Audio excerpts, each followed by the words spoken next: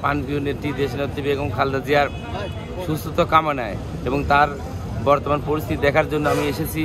আমি গত পরশু আসছিলাম, এসে আমি ভিতরে যাওয়ার চেষ্টা করছি কিন্তু কাউকে যেতে দেয় নাই। আমার জোর দাবি দেশনেত্রী বেগম খালেদা জিয়া আল্লাহ রব্বুল আলামিনের কাছে আমাদের দাবি এবং গোটা বাংলাদেশের 18 কোটি মানুষের দাবি দেশনেত্রী বেগম খালেদা জিয়ার 18 কোটি মানুষের হৃদয়ের স্থান করে নিয়েছেন সেই নেত্রীকে যে গত সরকারি সরকার যে নির্যাতন করে তাকে যে বিভিন্নভাবে স্লো পয়জন দিয়ে তাকে হত্যার যে ষড়যন্ত্র করছে তারই অংশ হিসেবে আমাদের নেত্রী বিভিন্ন রোগে আক্রান্ত হয়েছেন, শ্বাসকষ্ট আর্থ্রাইটিস সহ বিভিন্ন রোগে আক্রান্ত।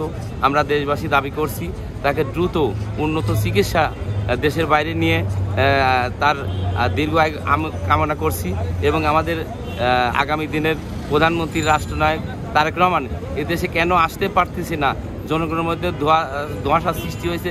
আমরা চাচ্ছি অতি দ্রুত তার একটি সন্তান গত সরকারের নির্যাতনে মারা গিয়েছে, এই সন্তানও যদি তার কাছে না থাকতে পারে তাহলে আমরা বুঝবো সরকারি তাকে আসতে দিচ্ছে না। অতি দ্রুত দেশনায়ক তারেক রহমানকে বাংলাদেশের মাটিতে আমরা প্রত্যাবর্তনের দাবি করছি আমাদের অন্তর্বর্তীকালীন সরকার ডক্টর ইউনূসের কাছে। এই প্রত্যাশা